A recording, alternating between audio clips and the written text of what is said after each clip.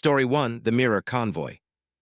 The 18-wheeler behind me had been matching my movements for 43 miles, and I'd just realized it was my own truck.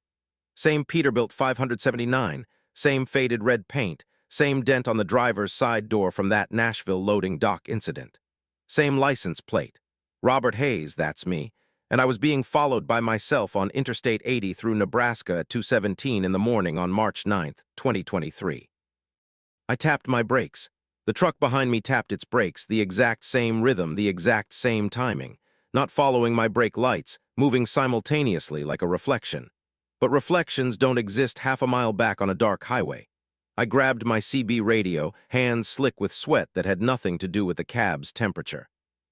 Breaker, breaker, this is Iron Horse. Anyone got eyes on the road behind me? Westbound on 80, mile marker 301. Static, then my own voice came back through the speaker. Breaker, breaker, this is Iron Horse. Anyone got eyes on the road behind me? Westbound on 80, mile marker 301. Same words, same inflection. Same slight rasp from 20 years of cigarettes I'd quit 5 years ago. I hadn't transmitted yet when I heard it. The response came first, then I spoke. My throat constricted. The CB slipped from my fingers, dangling by its coiled cord. I've been hauling furniture from Columbus, Ohio to Sacramento, California. 43,000 pounds of IKEA inventory, nothing strange, nothing cursed, just particle board and assembly instructions. The run had been clean until I'd stopped for fuel at that abandoned service plaza around midnight. The place had no name, just a faded sign that said fuel with prices that seemed stuck in 1987. But my tank was hitting empty, and the next station was 60 miles out. The pumps were old, mechanical, the kind that click and whir. No card reader, so I'd gone inside to prepay. The attendant was a kid, maybe 19, with eyes that didn't quite focus on me. When I'd asked about paying, he'd said, "It's already done." I'd checked my receipt pile later. No new charge, free fuel. I should have known nothing's ever free. Now watching my rearview mirror, I saw myself in the other truck. Actually saw myself. The figure in the driver's seat had my face, my gray-streaked beard, my Carhartt jacket. He was looking forward, hands at 10 and 2, professional posture. I looked down at my own hands, 10 and 2. I moved my right hand to scratch my neck. In the mirror, the other me scratched his neck. Same moment. Not following, simultaneous. I floored the accelerator. The Peterbilt's engine roared, pushing past 75, 80, 85. Speed limit signs flew past. My cargo wasn't secured for this speed, but nothing mattered except distance. I watched the mirror. The other truck accelerated at the exact same rate, maintaining that half-mile gap. No matter how fast I went, it stayed there. Same speed. Same distance. The highway was empty. Nebraska stretched flat and endless under a moonless sky. No other vehicles, no exits, just asphalt and grassland and the reflection of my taillights on the road. And behind those, the other truck's headlights, my headlights, burning like accusatory eyes. I tried the CB again. This is Robert Hayes, I need. My own voice simultaneous. This is Robert Hayes, I need. I stopped talking. The voice stopped. I took a breath and spoke again. Please, if anyone. Please, if anyone. Perfect synchronization. I wasn't hearing an echo. We were speaking together, thinking together. My scalp prickled with horror. How could it know what I was going to say before I said it?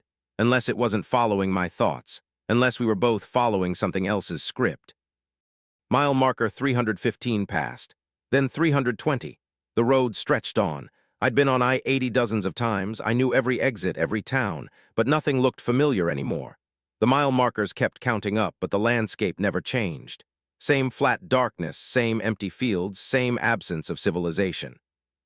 At mile marker 334, I saw something that made my bladder clench. Up ahead in the distance, I could see 2 taillights, red dots in the darkness. As I got closer, I recognized the vehicle. A Peterbilt 579, faded red paint. It was me again, another me ahead of me now. I was in the middle.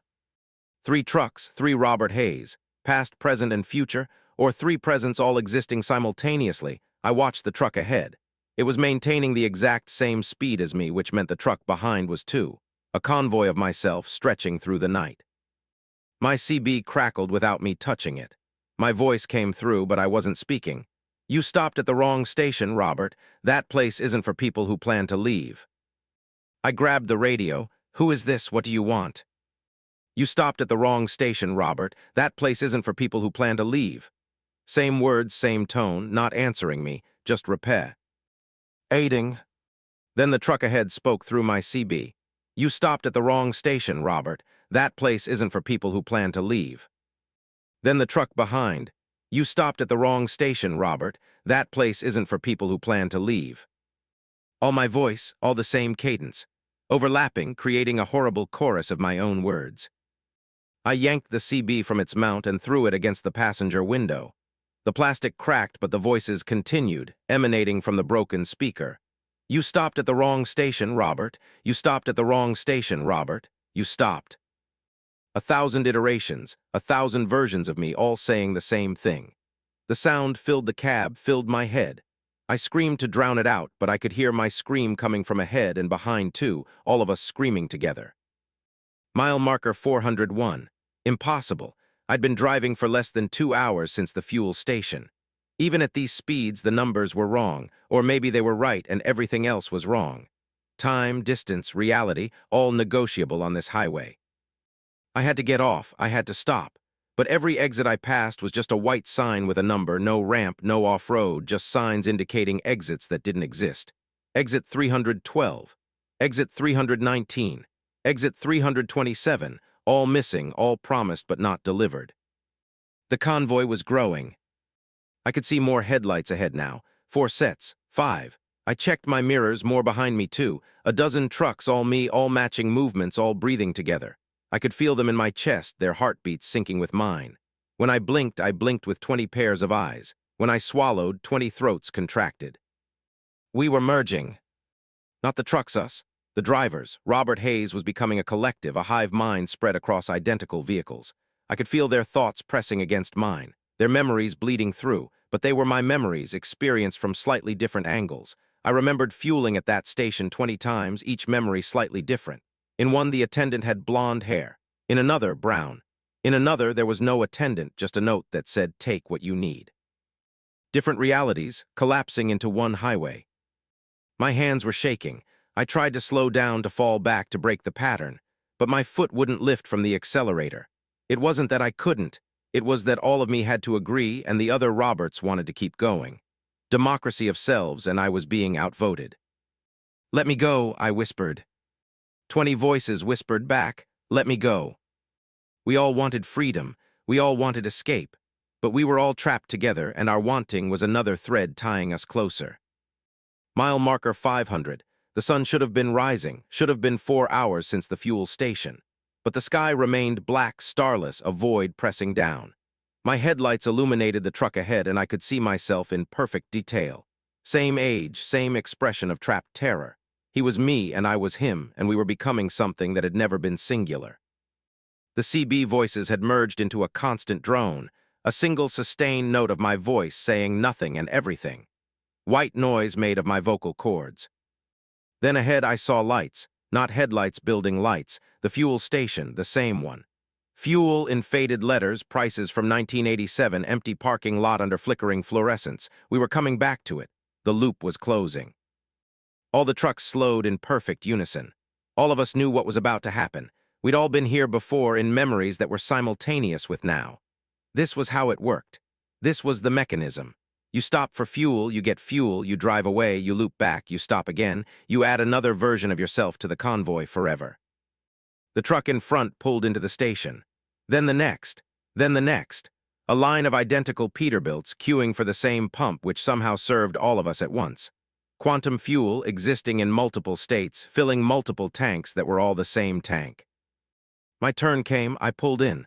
Through my windshield I could see into the station's office. The attendant was me. Robert Hayes at 19, which I'd never been. I'd been a stocky kid, but this version was thin, hollow-eyed. He waved. All of me waved back. I got out of the truck, so did all the other Roberts. We stood in a crowd, 40, 50, maybe more, all the same height, all the same scars, all the same wedding ring from a marriage that ended in 2018. We looked at each other, into each other. I could see my own fear reflected infinitely. One of me spoke, "We have to keep driving." Another, "We have to keep driving." All of us, "We have to keep driving." I understood then. This wasn't a loop we could escape. This was what we were now. The station had taken Robert Hayes and made him eternal, stretched him across infinite moments, turned him into a permanent fixtu. Ray of this highway. The cargo would never reach Sacramento. The furniture would exist in eternal transit, never assembled, never used, forever in the back of trucks that went nowhere. We all got back in our vehicles. We all pulled onto the highway. The convoy reformed, stretching into the darkness, each truck containing a version of me that had stopped for fuel on the wrong night, at the wrong place, and had learned too late that some roads don't lead anywhere but back to themselves. Mile marker 301, starting over, the loop tightening. My CB crackled. Breaker, breaker, this is Iron Horse. Anyone got eyes on the road behind me? But I hadn't spoken yet. Ahead of me, a new truck appeared. Peterbilt 579, faded red paint. The convoy was growing again. Behind me, my own voice answered. Breaker, breaker, this is Iron Horse. Anyone got eyes on the road behind me? I looked in my rearview mirror and saw myself, fresh terror in my eyes, just realizing what was following him. I remembered that feeling. I was that feeling. I would always be that feeling. The highway stretched on. The mile markers counted up. The convoy grew. And Robert Hayes drove forever, becoming more himself with every loop, splintering into infinite copies, all trapped on Interstate 80 through Nebraska, where the night never ends and the exit you need never comes, and the fuel you take always costs more than you understood. Story 2, The Breathing Cargo. The refrigerated trailer started breathing around Columbus, Indiana, and by the time Patricia Sullivan reached Louisville, Kentucky, the exhalations were making the entire truck shudder. Not the mechanical hum of the reefer unit. Actual respiration, slow and wet, condensation forming on the inside of the trailer walls like sweat on living skin. Patricia had been hauling refrigerated goods for 12 years, everything from frozen dinners to medical supplies, and she'd never heard anything like this. The contract had been strange from the start. Pick up at a pharmaceutical warehouse outside Cleveland at midnight, no company name on the paperwork, just specimen transport, and a delivery address in New Orleans that she'd verified was an empty lot on the commercial wharf. Payment up front, cash, triple her usual rate. She should have walked away. The warehouse had been wrong, too cold even for a freezer facility. Her breath had crystallized instantly when she'd backed up to the loading dock. The workers wore environmental suits, full-face respirators, moving the cargo with mechanical precision. 53 identical crates, each one 7 feet long, 3 feet wide, 3 feet deep. White plastic, no labels, no markings. They'd loaded them in 17 minutes, stacked in careful rows, then sealed the trailer without a word. "What am I hauling?" she'd asked the supervisor. He'd looked at her through his respirator mask, eyes unreadable. "Biological samples. Temperature must remain at exactly 32 degrees Fahrenheit. Do not open the trailer. Do not deviate from the route. Do not stop for longer than necessary." What kind of biological samples? The kind that stay alive at 32 degrees. That should have been her cue to leave. Instead, she'd signed, taken the cash, and started driving. The money would cover 3 months of her mother's nursing home care. Some choices aren't really choices. The breathing started at 2:14 a.m., 5 miles south of Columbus. At first, she'd thought it was the reefer unit cycling, the compressor kicking on. But the rhythm was wrong, too steady, too organic. In, hold out, in, hold out. Approximately 8 breaths per minute, the rate of deep sleep, or hibernation. She'd pulled over at a rest stop, walked back to the trailer, pressed her ear against the cold metal. The breathing was clearer there, and she could hear something else beneath it. A wet sound, like meat sliding against meat. Like something large shifting position inside a confined space. The crates were 3 feet deep. Nothing that breath should fit in 3 feet. She'd checked the reefer unit's temperature display. Exactly 32 degrees as specified. The threshold where water becomes ice, where biology slows to near stasis. Where things that shouldn't be alive could be kept in a state between living and dead. Patricia got back in the cab and kept driving. What else could she do? She had the cargo, she had the route, she had a delivery to make. The breathing continued, steady and patient, as she merged onto I-65 South. By Louisville, the exhalations were strong enough to rock the truck. She could feel each breath through the cab's suspension, a gentle push-pull that made her think of a sleeping giant, chest rising and falling. The wet sliding sounds were constant now, coming from multiple points in the trailer. All 53 crates, she realized. 53 things breathing in synchronization. Her CB radio came alive. "Southbound reefer truck, this is Kentucky State."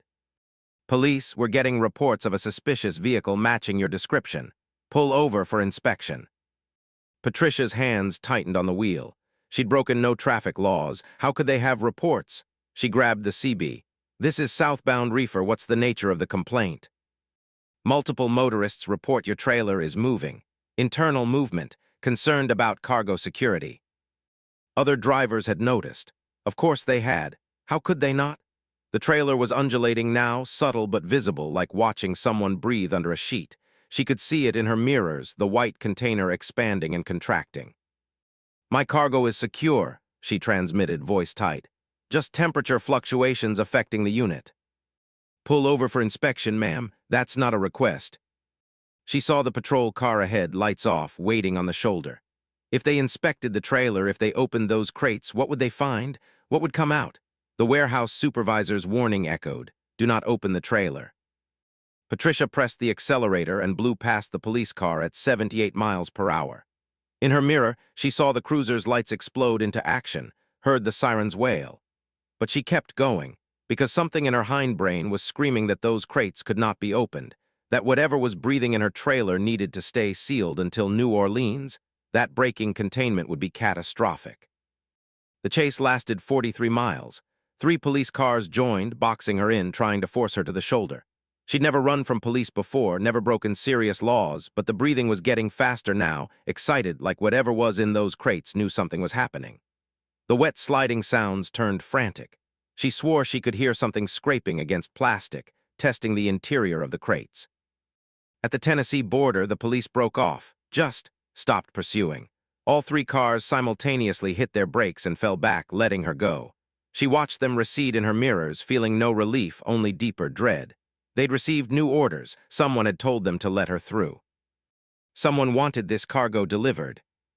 Her phone rang. Unknown number. She answered on speaker. Hello. Ms. Sullivan. A man's voice, clinical, emotionless. You're doing well. Maintain current speed and temperature. You have approximately 9 hours until delivery. Who is this? What am I carrying?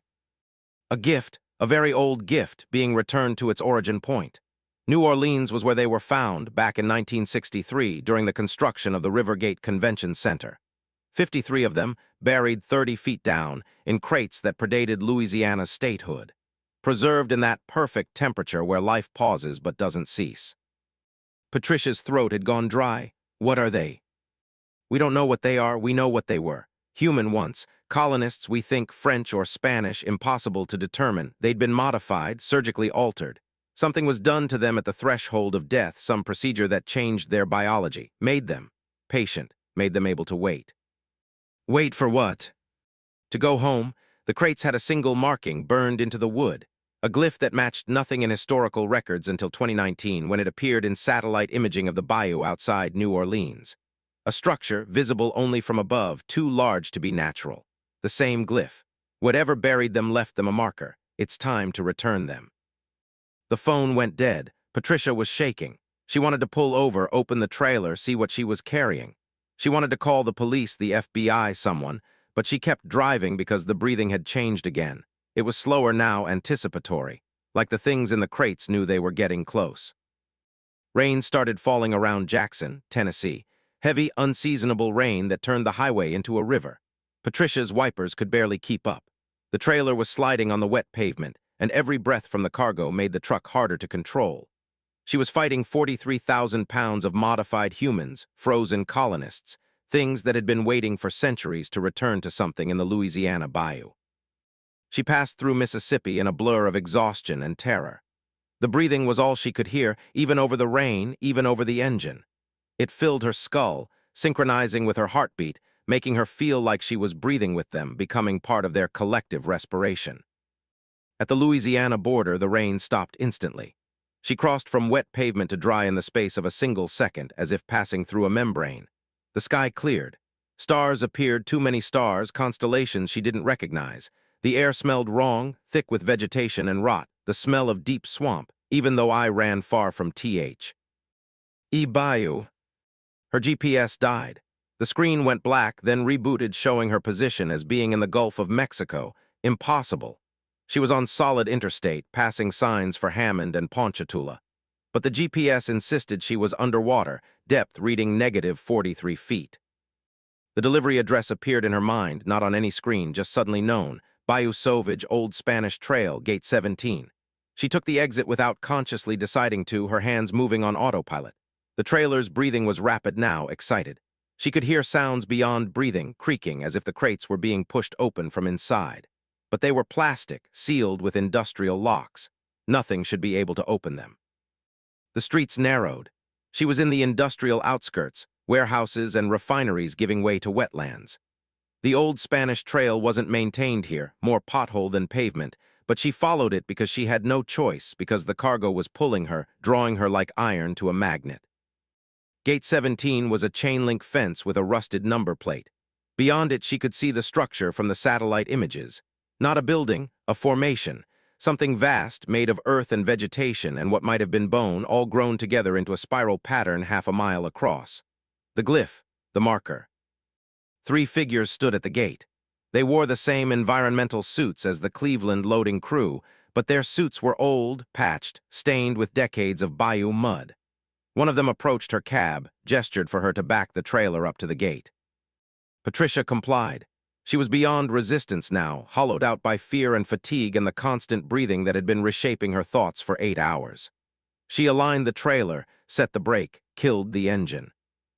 The figures opened the gate. They walked to the trailer doors. One of them produced a key, old, iron, impossibly corroded. It shouldn't have worked on modern locks, but it did. The doors swung open. The breathing stopped. Silence, sudden and total. Then the wet sounds resumed, but different now. Not sliding. Emerging. Patricia watched in her mirror as the crates began to open, lids lifting, 53 simultaneous releases. She couldn't see what came out. The angle was wrong, and some part of her sanity was grateful for that mercy. But she saw the figures' reactions. They stepped back. One of them fell to his knees. Another made a sound that was either reverence or horror, impossible to distinguish. From her mirror, she watched things move from the trailer toward the spiral structure. Long things low to the ground, moving in unified purpose. They were white, the color of deep-sea creatures, the color of things that lived without light. How many limbs they had, she couldn't count. How their bodies were jointed, she couldn't comprehend.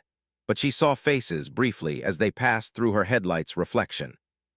Human faces, French colonial faces, Spanish exploration faces, sealed in expressions of patient waiting, finally released. They disappeared into the spiral, all 53 returning to whatever had sent them out centuries ago, crawling back into the earth that had birthed them. One of the suited figures approached Patricia's cab again. He handed her an envelope through the window. Inside was more cash than she'd seen in her life and a single typed sentence. "Thank you for your service. Please forget." As if she could forget. She drove away, trailer empty but still cold, reefer still running. The breathing was gone, but she could feel its absence like a phantom limb. Her own breathing felt wrong now, too fast or too slow, unnatural, as if those 8 hours of synchronized respiration had broken her autonomous rhythm. By the time she reached the Mississippi border, dawn was breaking. She pulled into a truck stop, went to the bathroom, and stood in front of the mirror for 10 minutes, just breathing, watching her chest rise and fall, confirming she was still singular, still alone in her body. But sometimes, late at night, when she's trying to sleep in her cab between runs, she feels it. The pull of synchronized breath, the desire to match rhythm with something vast and patient. And she knows that she's been marked, that she carried something that left traces in her, that the things in those crates breathed their essence into her during those 8 hours.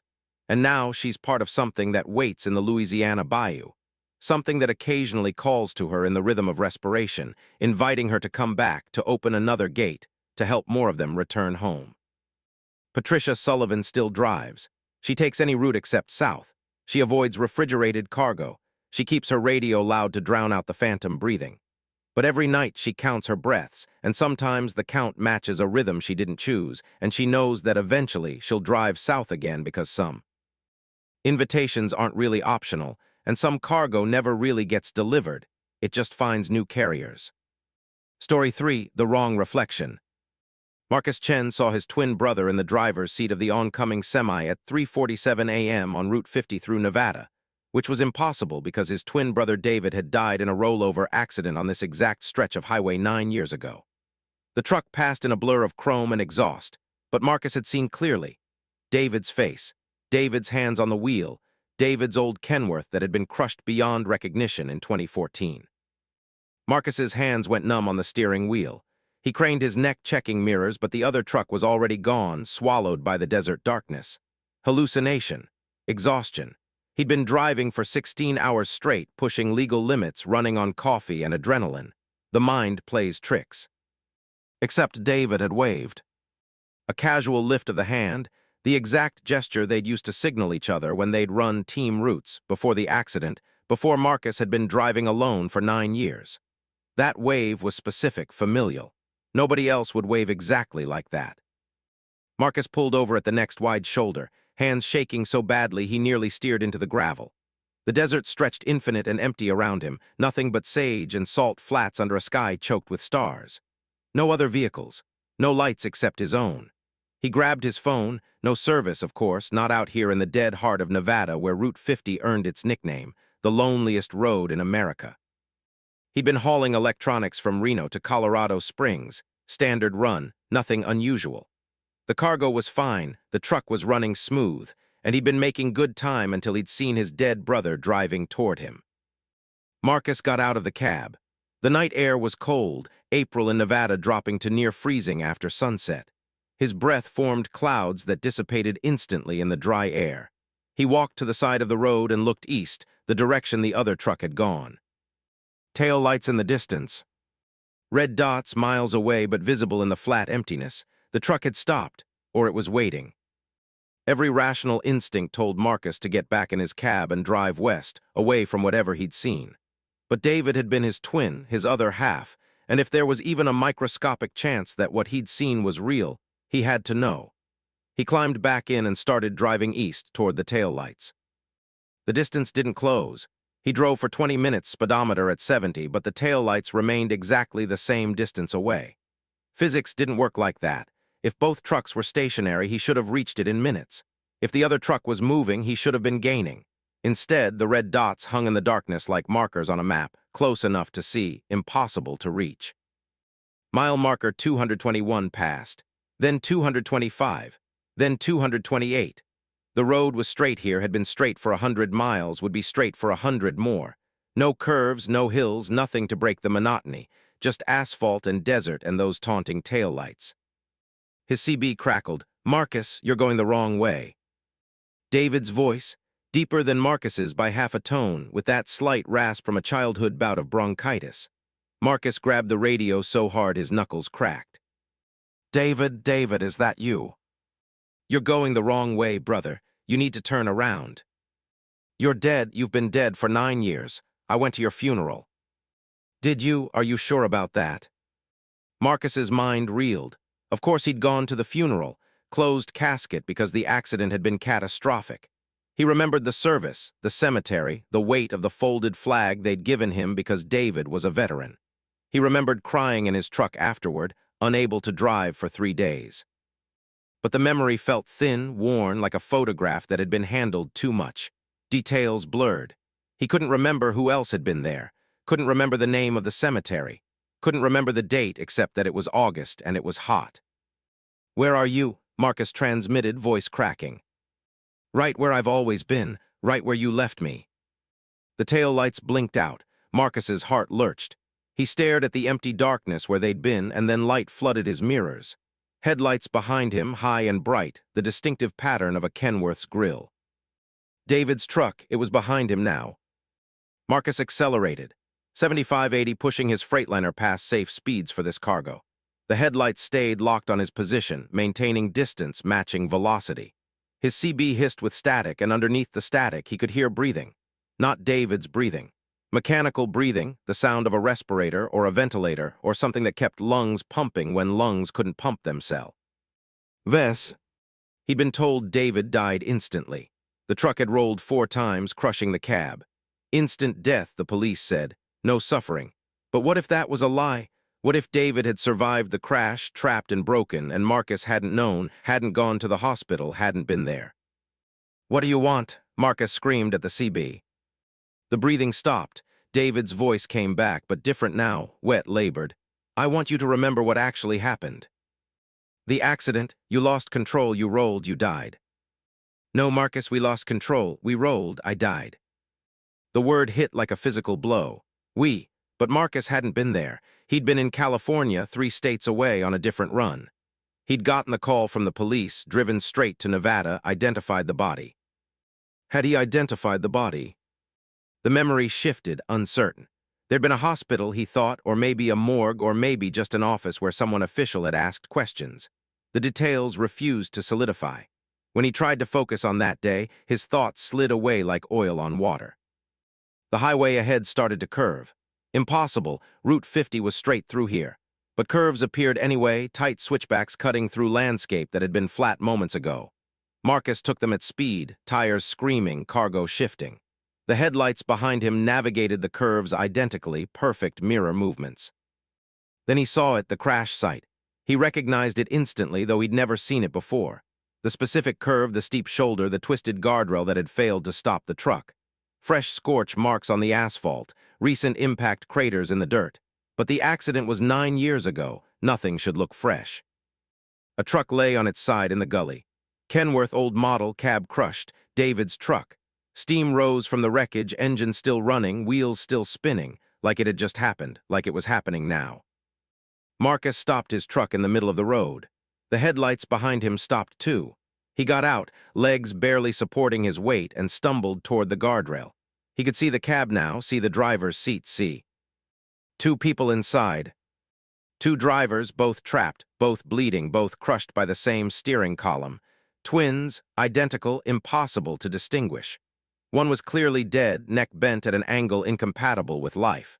The other was moving weakly, hand reaching toward the broken windshield. Marcus felt reality fracturing. He walked down the embankment, rocks sliding under his boots. The smell hit him, coolant, diesel, blood, burnt rubber, fresh, immediate. He reached the wreckage and looked through the shattered glass at the 2 faces. Both were his face. "We were running team," David's voice said from behind him. Marcus spun. His brother stood there wearing the same clothes Marcus was wearing now, but torn and bloodied. "You were sleeping in the berth. I was driving. I got tired, Marcus, so tired. I dozed off for 3 seconds. That's all it took." "No, you were alone. I wasn't there." "You were there. You're always there. You've been trapped in that cab for 9 years, dying slowly while I walked away." Marcus looked back at the wreckage. The moving figure had stopped moving. Both bodies were still now, steam still rising around them, wheels still spinning in the air. Both wearing his face. Both dead. "I don't understand," Marcus whispered. "Yes, you do. You've always known. Why do you think you drive alone now? Why do you think nobody else ever rides with you? Why do you think you can't remember the funeral?" Marcus's phone buzzed. Service, suddenly in the middle of nowhere. A text message from an unknown number. Marcus Chen was declared dead at the scene. David Chen survived with minor injuries. Incident report NV 2014-08-17-347. He stared at the message, at the date. August 17, 2014. At the name, Marcus Chen deceased, David Chen survivor. "I'm David," he said slowly, testing the words. They felt wrong and right simultaneously. "You're Marcus," the figure said. "You're the one who died. I've been driving your routes, living your life, trying to pretend I wasn't the one who survived, trying to become you so completely that the accident never happened." "Then who are you?" "I'm what's left of David, the guilt, the memory, the part that knows the truth. I've been following you every night, every route, trying to make you remember, trying to make you see that you can't keep driving. Dead men don't haul cargo, Marcus. Dead men don't make deliveries." Marcus looked at his hands, solid, real. He could feel the cold air, smell the diesel. How could he be dead? The wreckage shimmered. The 2 bodies in the cab sat up simultaneously, turned their heads toward him. Both mouths opened. Both spoke in perfect unison. "Because you never left the cab." The desert disappeared. Marcus was suddenly inside the crashed truck, wedged in TH. He berthed behind the driver's seat, able to see through the gap in the curtain. David was at the wheel, slumped, neck broken. And in the passenger seat, another figure, Marcus himself, crushed, dying, watching his brother die. 9 years collapsed into the present moment. He remembered now, really remembered. The drowsiness, the truck drifting, David jerking awake, overcorrecting. The roll, the first impact, the second, the screaming metal, the silence after. Lying in the berth, unable to move, feeling his life drain away, watching David die first, then following him into darkness. But his mind had fragmented. Some part of him had refused death, had constructed an elaborate fiction where David died alone, where Marcus survived to keep driving, where the accident was something that happened to someone else. Survivor's guilt without survival, grief without actual loss, just two brothers dying together with one refusing to accept it. The desert returned. The wreckage was gone. The road was empty. Marcus stood alone on Route 50, no trucks, no David, nothing but stars and silence. His phone buzzed again. David Chen passed away from complications of survivor's guilt, May 3, 2023. Self-inflicted. Note found in his truck. I'm going to find Marcus. I'm going to apologize for surviving. Marcus looked at the date. May 3, 2023, 3 weeks ago. David had killed himself 3 weeks ago, and Marcus had been driving his routes ever since, seeing him in mirrors, hearing him on the CB, chasing a ghost while being a ghost. Two dead brothers, both refusing to stay buried, both driving the same highways, both looking for each other in the darkness. Marcus walked back to his truck, climbed into the cab, checked his mirrors. David's Kenworth was there again, right behind him, headlights bright. Marcus picked up his CB. I'm sorry I couldn't stay awake. I'm sorry I survived you by 9 years, David's voice responded. Where do we go now? We keep driving. It's what we do. It's what we've always done. Marcus started the engine. David started his. Together they pulled onto Route 50, 2 trucks, 2 brothers, both dead, both refusing to stop. The highway stretched forever ahead and behind, and they drove it together, finally reunited, finally at peace in the only way ghosts know how to be. The loneliest road in America became a little less lonely that night. And sometimes, if you drive Route 50 through the Nevada desert around 3:47 a.m., you'll see them. Twin trucks, perfectly synchronized, hauling cargo that will never be delivered, making runs that will never end, 2 brothers driving forever through a night that never breaks into dawn. Story 4, the station THATFVEDS. Jennifer Rodriguez felt the hunger the moment she pulled into the rest area on I-40 outside Amarillo, Texas. Not her hunger, the station's hunger. It radiated from the cracked pavement, from the flickering fluorescent lights, from the empty restaurant with its hand-painted sign that said, "Open 24 hours despite the darkness inside." The place was starving, and Jennifer had just offered herself as a meal. She'd stopped because her fuel gauge was touching red and her bladder was screaming. 4 a.m. on October 31st, 2022, Halloween bleeding into All Saints' Day, the time when boundaries between worlds supposedly thinned. Jennifer didn't believe in that superstitious garbage. She believed in diesel fuel and clean bathrooms and making her delivery schedule. The rest area looked rough but functional. She'd seen worse. The parking lot held 3 other vehicles. A Volvo semi near the far end, lights off, no movement. A pickup truck by the bathroom building, tailgate down, nobody visible. And a sedan near the restaurant entrance, engine running, headlights on, driver's door open like someone had gotten out in a hurry and forgotten to come back. Jennifer parked her Kenworth and killed the engine. Silence dropped like a physical weight.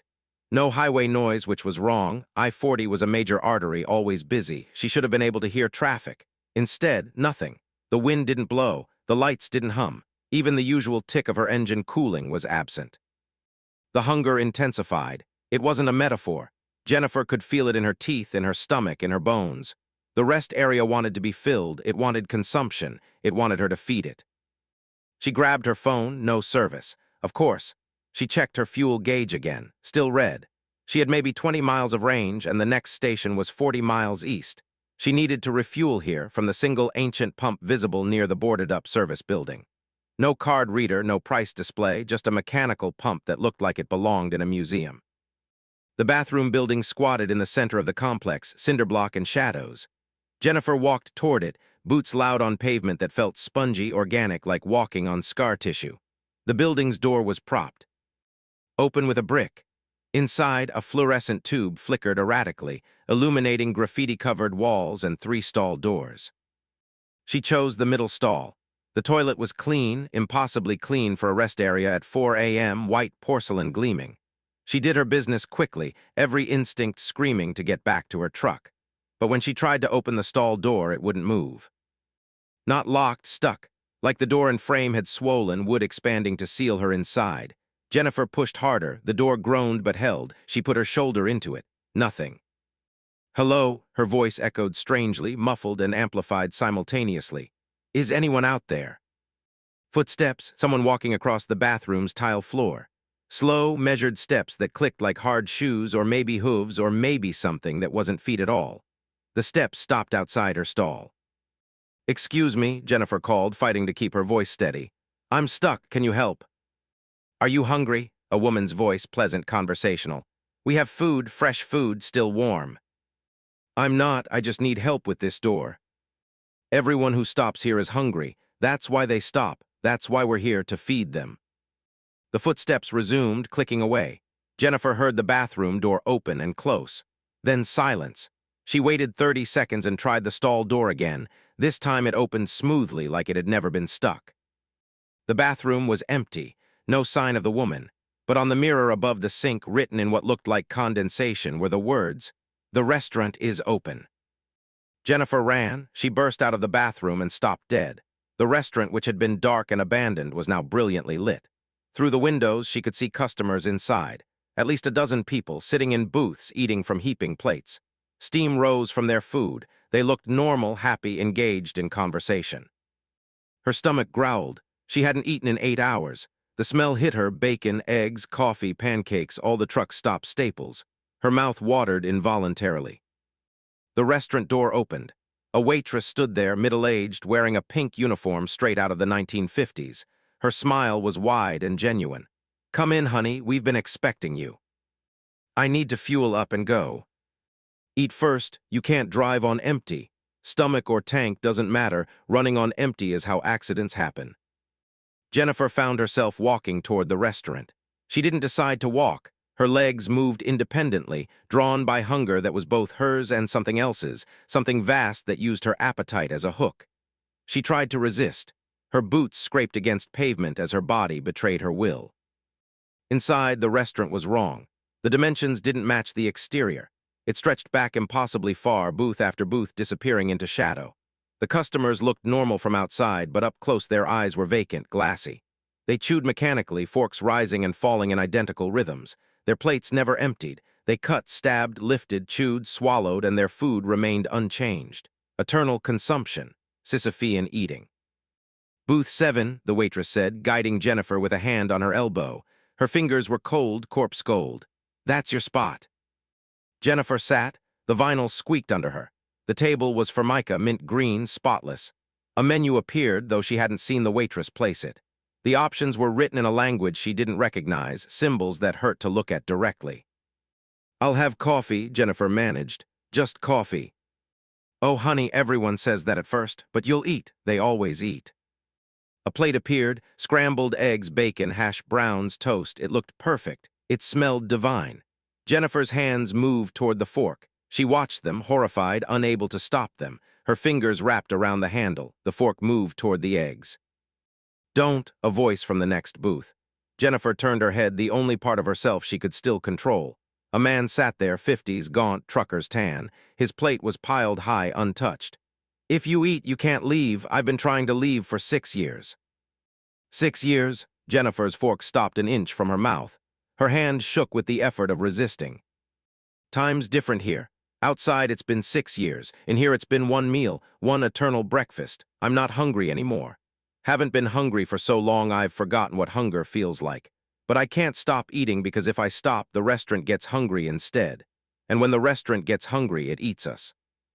Around the dining room, the other customers continued their mechanical consumption. Jennifer looked closer and saw the truth. They weren't solid. They were translucent, ghost-like, fading with each bite. The food was consuming them from the inside out, using their own eating as the mechanism of Dige. "Stian, the rest area is a predator," the man continued. His voice was resigned, exhausted. "It lures in travelers, feeds them, and feeds on them. We're not customers. We're the meal. This whole place is a stomach, and we're being digested slowly, keeping it satisfied so it doesn't starve and collapse back into whatever hell spawned it." Jennifer's fork was at her lips now. The eggs smelled like heaven and rot simultaneously. Her mouth opened. She was going to eat. She couldn't stop herself. Then she saw her reflection in the window. Transparent, fading, already being digested, and she hadn't even taken a bite yet. The rest area's hunger was so powerful it had started consuming her the moment she entered the parking lot. The food would just accelerate the process. With an effort that felt like lifting a truck with her bare hands, Jennifer dropped the fork. It clattered against the plate. The restaurant's lights flickered. The other customers stopped chewing and turned toward her in perfect unison, 24 glassy eyes fixing on her position. "I'm not hungry," Jennifer said. The waitress appeared, smile gone. "Everyone's hungry. That's the nature of existence. Hunger is the engine of life." "Then I'm not alive." It was a desperate gamble, but as soon as Jennifer said it, she felt the restaurant's grip loosen. She'd rejected its fundamental premise. The dead don't hunger. The dead don't feed. If she was dead, she was useless to it. She stood, the other customers didn't react. The waitress stepped aside. Jennifer walked toward the door, each step feeling lighter, her body becoming less substantial. The man in the next booth watched her with desperate hope. "Tell someone, tell them to shut this place down." "I will," Jennifer lied, knowing she'd tell no one, knowing no one would believe her, knowing the rest area would still be here tomorrow, hungry, waiting for the next traveler. She pushed through the door and the restaurant vanished. Just gone, replaced by the boarded-up building she'd seen originally. The parking lot was empty except for her truck. The other vehicles had disappeared, or maybe they'd never existed, just bait to make the area look occupied and safe. Jennifer climbed into her cab. Her fuel gauge read 3/4 full. Her bladder didn't ache. She checked her trip odometer. She'd gained 40 miles somehow, as if she'd driven past the rest area and then retroactively been pulled back to it through time. Her phone showed 47 missed calls. She'd been gone for 6 hours. The sun was rising, October 31st bleeding into November 1st. All Saints' Day, the day to remember the dead. Jennifer started her engine and drove. She made her delivery. She took new loads. She never stopped at rest areas again, always pushing to commercial truck stops, always fueling at busy stations with witnesses and security cameras. But sometimes, when she's running low on fuel and sees an isolated rest area in her headlights, she feels it. The hunger, the invitation, the knowledge that somewhere on America's highways, there's a station that feeds in ways humans were never meant to experience. And sometimes, late at night, she wonders about the man in the booth. Is he still there, still eating, still fading? How many others are trapped in that eternal breakfast?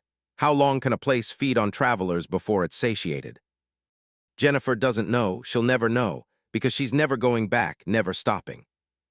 Never feeding the hunger that waits in places that shouldn't exist, but do, scattered across the lonely highways where reality thins and hunger becomes something more than biology, becomes architecture, becomes landscape, becomes the very substance of existence itself.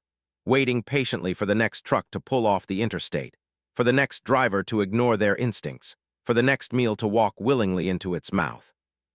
Story 5, The Passenger Who Never Speaks. Thomas Wright picked up the hitchhiker at mile marker 189 on US 93 through Montana at 11:42 p.m., and by mile marker 274 he understood that his passenger had never been alive. The figure sat motionless in the jump seat, hands folded, eyes forward, silent except for a sound like dry leaves shifting. Not breathing, not blinking, just occupying space in a way that made the cab feel smaller, colder, wrong. Tom had broken his own cardinal rule, never pick up hitchhikers. 23 years driving and he'd never violated it.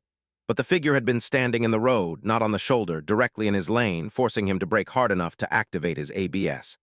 He'd stopped 6 inches away, close enough to see details through his windshield. A person, or person-shaped at least, wearing a gray hoodie and jeans, face obscured by shadow despite Tom's headlights. He'd honked, the figure hadn't moved. He'd grabbed his spotlight, aimed it, the figure remained motionless, blocking the road. Tom had no choice, get out and move. Them or call the police and wait hours in the middle of nowhere. He'd chosen option 3. Against all judgment, he'd opened his passenger door and yelled, "You need a ride or are you trying to get killed?" The figure had turned its head. Tom still couldn't see its face.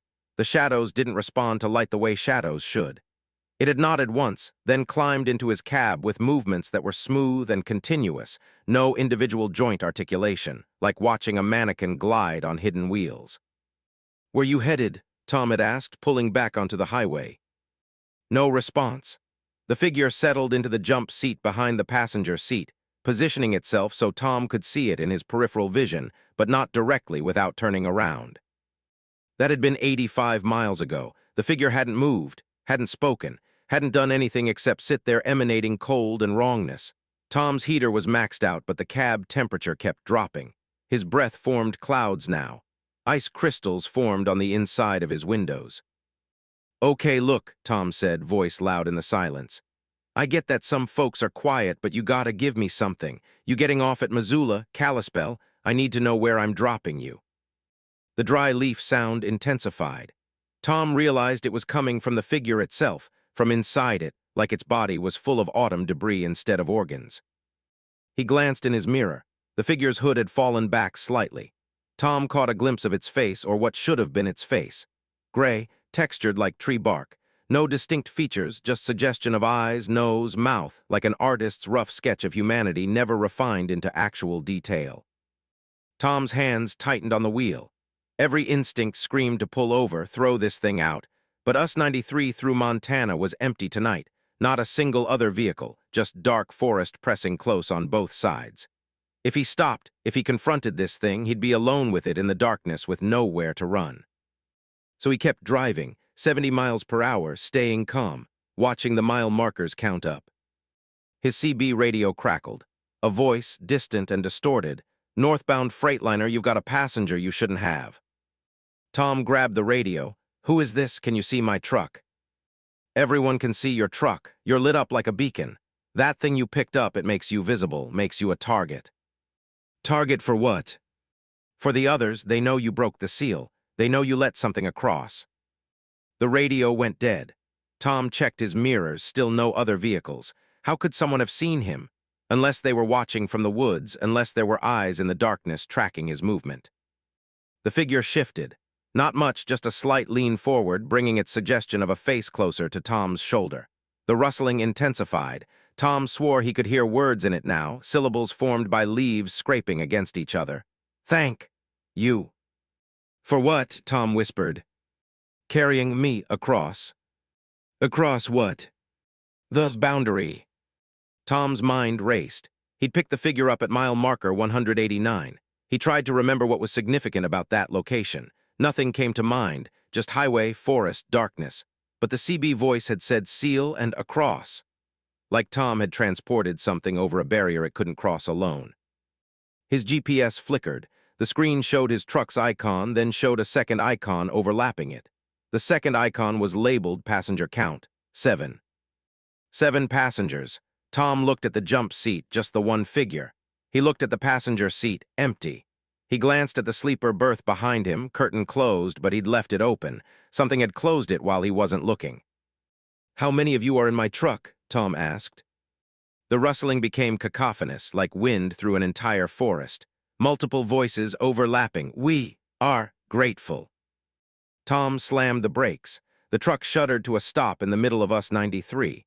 He turned on his dome light and looked at the jump seat.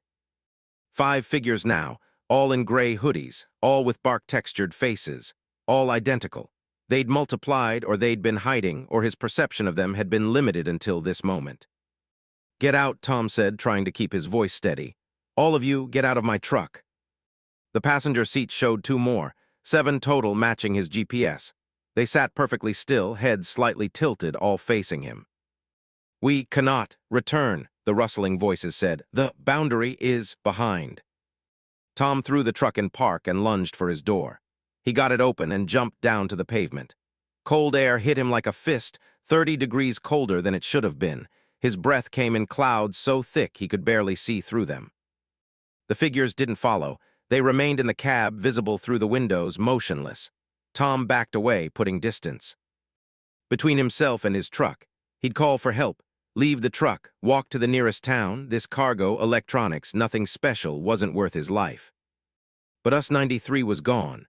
The pavement ended 5 feet behind his truck and 5 feet in front of it, just ended, replaced by forest floor.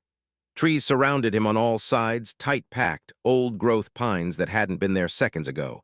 His truck sat on an island of asphalt in a sea of wilderness. Tom spun in a circle.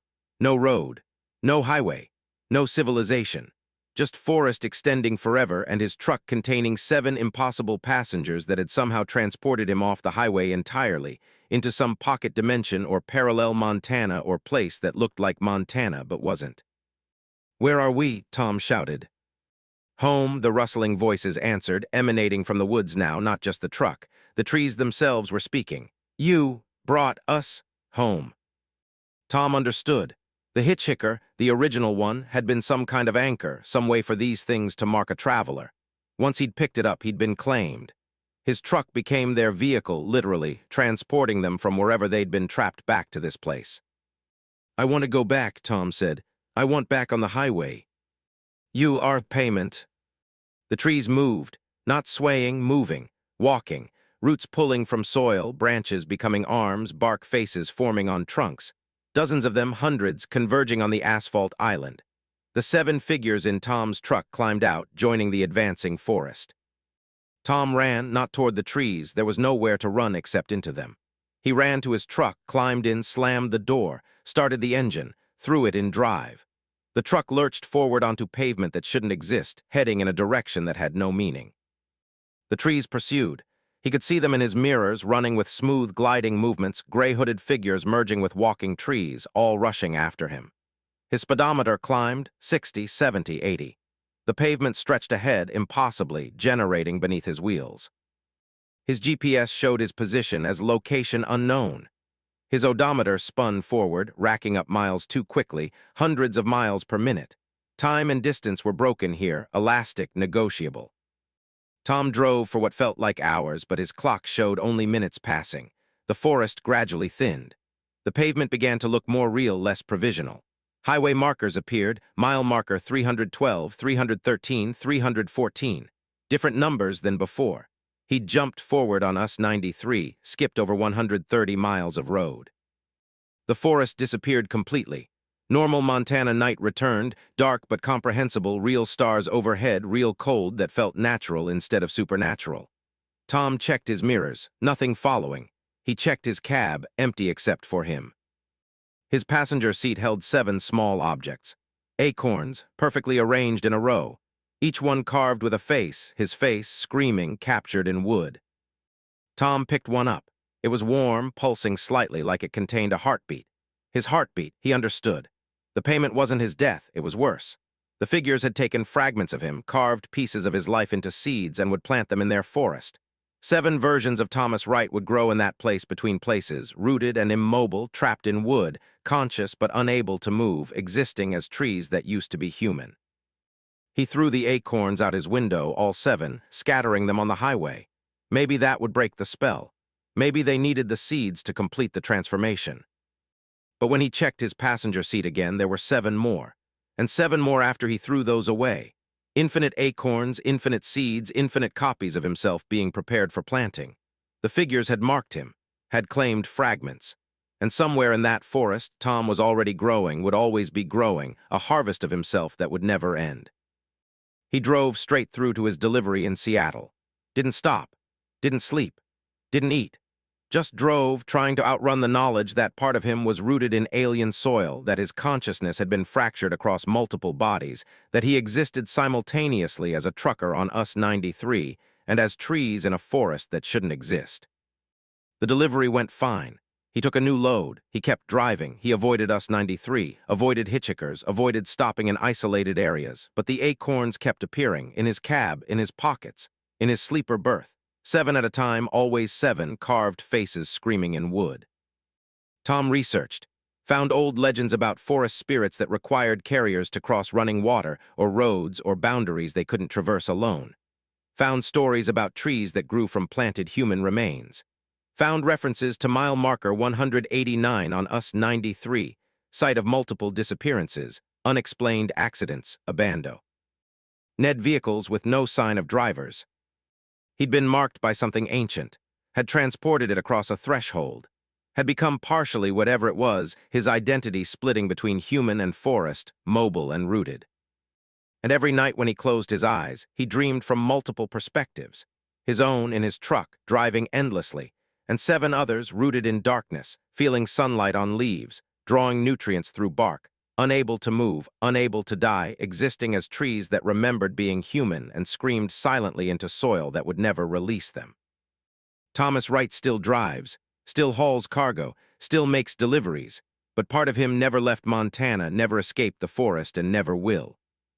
He's learned to live fractured, to accept that he exists in multiple states simultaneously, that the acorns are more real than they seem, that somewhere in a place between places, 7 trees with his face carved in their bark stand in eternal darkness, and he is those trees as much as he is the driver, and he will be those trees forever, because some passengers demand payment not in death but in something far more permanent, existence that can't end, consciousness that can't fade.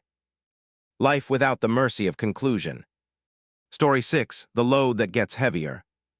Catherine Moore's cargo gained 3,000 pounds between Chicago and Cleveland, and by the time she reached the Pennsylvania border, the truck's suspension was compressing under weight that shouldn't exist.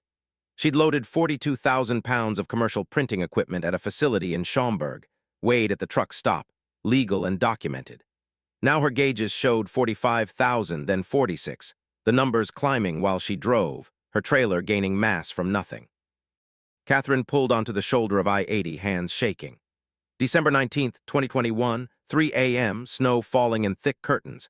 She'd been hauling freight for 9 years, knew every sound her truck should make, every feeling the suspension should have. This was wrong. The trailer was sinking, squatting lower with each passing mile, like something inside was growing, multiplying, filling available space with increasing density. She climbed out into the snow and walked to the trailer.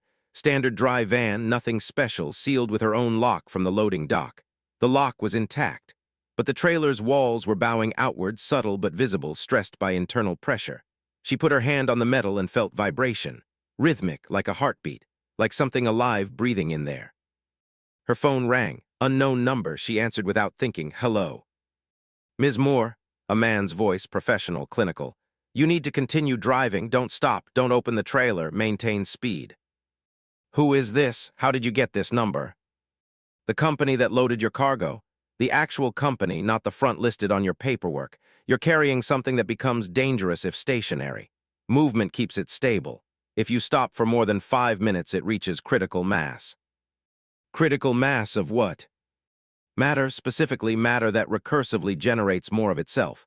It's contained, theoretically, but the containment requires motion. The vibration of driving keeps the reaction subcritical. Stop the truck and the vibration stops and the reaction cascades. Catherine's blood went cold. You loaded a bomb in my trailer. Not a bomb, worse. A substance that violates conservation of mass. It creates copies of itself from quantum fluctuation. While moving, the fluctuation rate is manageable. While stationary, it doubles every 30 seconds. We have calculated that your current load will reach the mass of a small moon within 7 minutes of complete stillness. That's impossible. Matter can't. Correct, it can't. This material shouldn't exist. But it does because we made it exist, and now we need to transport it to a containment facility in Nevada where we can properly dispose of it. You're being paid triple rate. Check your account. Catherine checked. Her banking app showed a deposit of $75,000. Real money, not a hoax. You used me. You loaded this without telling me what. Would you have taken the job if we'd explained? Would anyone? We chose you because your record shows reliability. You don't quit. You don't abandon cargo. You complete deliveries. I should call the police, the FBI. Do that and we'll remote detonate your cargo. We have that capability installed as a failsafe. Call anyone, tell anyone, and you become ground zero for an explosion that rewrites physics. Or keep driving, complete the delivery, walk away with enough money to retire. The line went dead. Catherine stood in the snow, paralyzed by impossible choices. Her trailer groaned, metal straining. She could see the walls bowing further, the entire container swelling like a lung.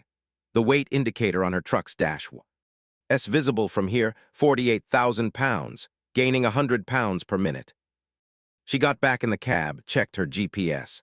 Nevada was 1,800 miles away, 30 hours of driving if she pushed legal limits, longer if she stopped to sleep. But she couldn't stop. Couldn't let the truck sit idle, had to keep moving or the cargo would. What? Collapse into a singularity, expand until it ruptured the trailer. Catherine pulled back onto I-80. Snow made visibility terrible, but she kept her speed at 65. The trailer felt sluggish, resistant, like towing an anchor. Her fuel gauge dropped faster than normal. The increasing weight required more power to move. Her CB crackled. "Westbound dry van, you're sitting low. Your suspension okay?" Another driver had noticed. Catherine grabbed the radio. "Just a heavy load, I'm good." "Heavy, you look like you're hauling liquid concrete. What have you got in there?" "Printing equipment." "Must be solid lead printing equipment. You sure that trailer's not gonna break?" "I'm sure," Catherine lied, and switched off her CB before more questions came. The truck's computer showed multiple warnings: suspension stress, brake temperature, weight distribution, all systems screaming that something was catastrophically wrong. Catherine ignored them. She had no choice. Stop and die or drive and maybe live. Cleveland passed, then Youngstown, the Ohio-Pennsylvania border. The trailer was shaking now, constant tremors transmitted through the frame. Catherine could feel them in her seat, in her teeth. Whatever was in that trailer was active, reactive, growing. The weight indicator showed 52,000 pounds, 12,000 pounds gained in 3 hours. At this rate, she'd be grossly overweight before reaching Indiana. Her phone rang again. Same voice. "You're doing well, maintain current speed, we're monitoring your position." "The weight keeps increasing. My truck can't handle much more." "It will stabilize. The reaction rate plateaus at 55,000 pounds provided you maintain motion. Keep driving." "What happens if I get pulled over? Weigh stations will flag me immediately." "All weigh stations on your route have been temporarily closed for maintenance. We've ensured clear passage. No stops, no inspections, just drive." Catherine wanted to scream. These people had manipulated highways, closed government facilities, all to move their impossible cargo. How much power did they have? What organization could orchestrate this? The snow intensified. Visibility dropped to 50 feet. Catherine's headlights carved a tunnel through white chaos. She was alone on the highway now, no other vehicles visible, just endless pavement and her truck carrying weight that defied reality. At the Pennsylvania-Ohio border, she saw them. Vehicles parked on overpasses watching her pass. Black SUVs with tinted windows, not police, not civilian. They were tracking her, ensuring she stayed en route, preventing deviation.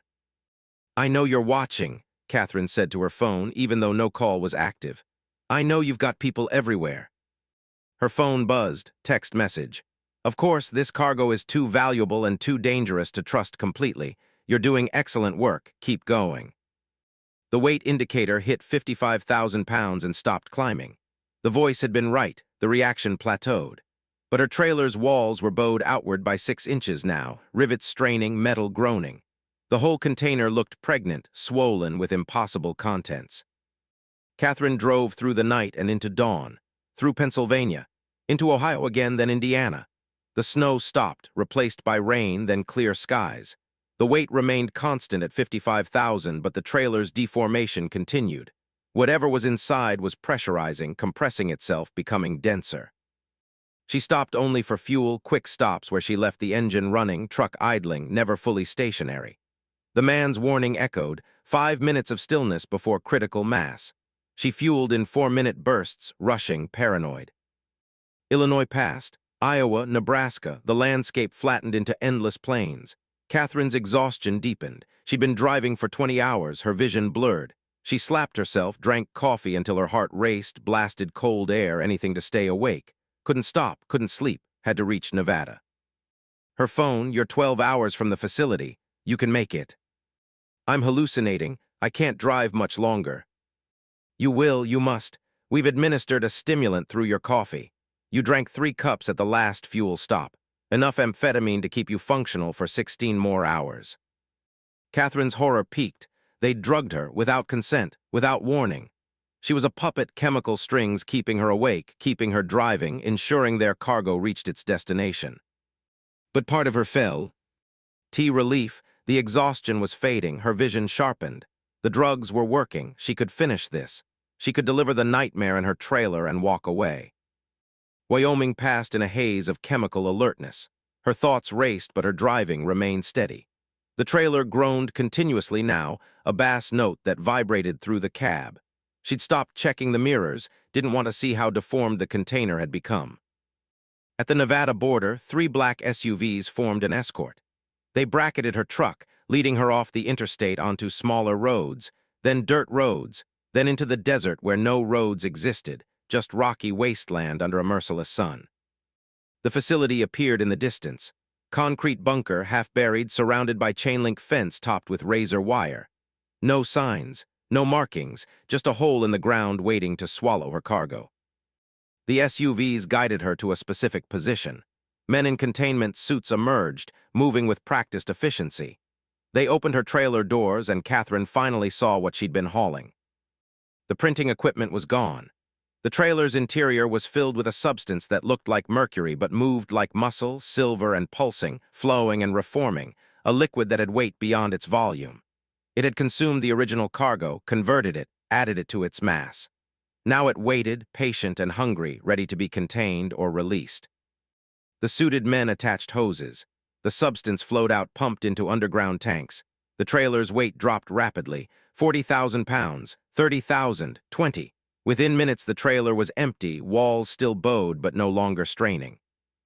A woman in a suit approached Catherine's cab. She knocked on the window. Catherine lowered it. "Delivery complete. You performed admirably. The funds will remain in your account. We recommend you forget this job, forget the cargo, forget what you saw." "What was it?" Catherine asked. "What did I haul across 8 states?" The woman considered. "A mistake. We were trying to create matter ex nihilo, energy converted to mass through quantum manipulation. We succeeded, but we couldn't stop the process. The substance recursively generates copies of itself, doubling exponentially. In a stationary environment, it would have consumed your trailer, then your truck, then the highway, converting everything to more of itself. Eventually, it would have consumed the state, the country, the planet. Motion was the only thing preventing catastrophe. You risked the world to move your mistake. We risked you to save the world. If we'd left it in Chicago, stationary in a warehouse, it would have reached critical mass within days. This facility can contain it, can potentially reverse the reaction. You were the delivery mechanism that prevented apocalypse." Catherine wanted to scream, to rage, to hurt these people who'd used her as an unwitting savior. But exhaustion was crashing over her, the drugs wearing off, 30 hours of terror catching up. She drove away from the facility in her empty truck. The trailer's walls would need to be replaced, permanently deformed by cargo that shouldn't exist. She'd have to explain the damage somehow. But she had $75,000 and a story she could never tell. Catherine Moore still drives, still hauls cargo. But now she checks her trailers obsessively, weighs them constantly, terrified that she'll take another job from a nameless company with cargo that defies physics. Because she learned that the most dangerous loads aren't explosive or toxic. They're the ones that grow, that change, that violate fundamental laws while you're hauling them across state lines, unaware that you're carrying potential apocalypse, that one long stop could end everything, and that sometimes the weight you carry isn't measured in pounds, but in responsibility for preventing the end of the world. And sometimes, late at night, she feels her trailer getting heavier, feels the suspension compress, knows it's just paranoia, just trauma, just her mind playing tricks. But she checks anyway, always checks. Because once you've hauled cargo that grows, that multiplies, that hungers to become everything, you never fully trust weight again. You never believe that mass is constant. You never sleep soundly, knowing that somewhere, someone else might be loading their truck with matter that shouldn't exist, starting their journey toward disaster, becoming the next unwitting courier for scientific mistakes that could devour reality itself. Story 7, The Voice on Channel 19. Derek Lawson heard his daughter's voice on the CB radio at 4:17 a.m. on I-95 through South Carolina, asking for his help, begging him to pick her up at mile marker 143. This was impossible because his daughter Emily had been dead for 3 years, killed in a car accident on her way to visit him, and Derek had buried her in a cemetery 500 miles away. Daddy, can you hear me? I'm at mile marker 143. I'm so cold. Please come get me." Derek's hands locked on the steering wheel. Emily's voice. 13 years old, the age she died, the high pitch she'd just been growing out of. He grabbed the CB with trembling fingers. "Emily, baby, is that you?" "Daddy, yes, it's me. I'm stuck. I've been waiting so long. Mile marker 143, please hurry." Derek checked his location. Mile marker 167, 24 miles back. He was northbound. She'd said 143, which meant she was behind him. He'd already passed her position. Impossible. He'd been watching the road, would have seen if someone was standing there. But it was Emily's voice, his little girl, the daughter he'd lost because he'd asked her to visit, because she'd been driving to see him, because his choice to pursue trucking instead of a stable job had put distance between them that she'd been trying to close when the drunk driver had crossed the median. Derek's guilt was a physical thing, a weight he'd carried for 3 years. If Emily was somehow there, somehow waiting, he had to go to her, had to try. He took the next exit, looped back, headed south. His CB crackled. "Daddy, where are you? I'm scared." "I'm coming, baby. I'm on my way. Are you hurt?" "I don't know. I can't remember what happened. I'm just so cold and I want to go home." Mile marker 155, 150, 145. Derek's heart hammered. Every rational part of his mind screamed that this was impossible, but grief and hope drowned out reason. If there was any chance, any possibility, he had to take it. Mile marker 143 appeared in his headlights. A highway mile marker like any other reflective paint on a metal sign. Nothing else. No Emily, no figure, just empty shoulder and dark woods. Derek pulled over. "Emily, I'm here. Where are you?" "In the trees, Daddy. I walked into the trees because I was cold and I thought I'd find shelter, but now I'm lost. Come find me." Every horror movie, every true crime story, every warning about isolated woods at night told Derek to stay in his truck. But it was Emily's voice, his daughter. He grabbed his flashlight and got out. The woods were dense, southern pine forest thick with underbrush. Derek pushed through, calling her name. His flashlight beam cut shadows, created movement where nothing moved. "Emily, keep talking so I can find you." "I'm here, Daddy. I can see your light come toward the big tree, the one that's split." Derek found it, massive pine, trunk split by lightning, two halves reaching skyward like reaching arms. Behind it, deeper in the woods, he saw a figure. Small, child-sized, wearing what looked like Emily's favorite jacket. "Emily!" He ran, branches tore at his face. The figure retreated, staying just at the edge of his flashlight's range. Derek chased, lungs burning, desperate to reach her. "Daddy, I'm so happy you came. I knew you would. You always come when I need you." Except he hadn't. He hadn't been there when she'd needed him most. Hadn't been there when the accident happened. Hadn't been able to say goodbye. Derek broke into a clearing. The figure stood in the center, back to him. He approached slowly, hand outstretched. "Emily, turn around, baby." The figure turned. It wore Emily's jacket. It had Emily's height, Emily's hair, but the face was wrong, smooth, featureless like unfinished clay. Eyes suggested but not present. Mouth moving without lips. "Thank you for coming," it said in Emily's voice. "I've been collecting fathers. You're the 7th. Derek's blood turned to ice water. The clearing's edges were lined with figures. Men, 6 of them standing motionless, blank-faced, wearing trucker gear. They'd been people once. Drivers who'd stopped at mile marker 143, who'd heard voices they couldn't ignore, who'd walked into the woods and never walked out. "What are you?" Derek whispered. "I'm what's left when children die on highways. I'm the echo of last words, of calls that never reached parents. I'm guilt given form. I collect those who carry weight, who blame themselves, who would give anything for one more chance." The 6 trucker figures moved forward.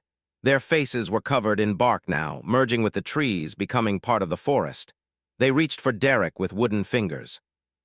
"You'll join them," Emily's voice said from the wrong face. "You'll stand in my clearing forever, punishment for choosing the road over family, for being absent when needed. Every father who passes mile marker 143 carrying guilt will hear their child's voice, will come into the woods, will feed me." Derek ran. He crashed through underbrush, flashlight wild, terror overriding thought. Behind him, the figures pursued, not running, just walking steadily, inevitable, patient.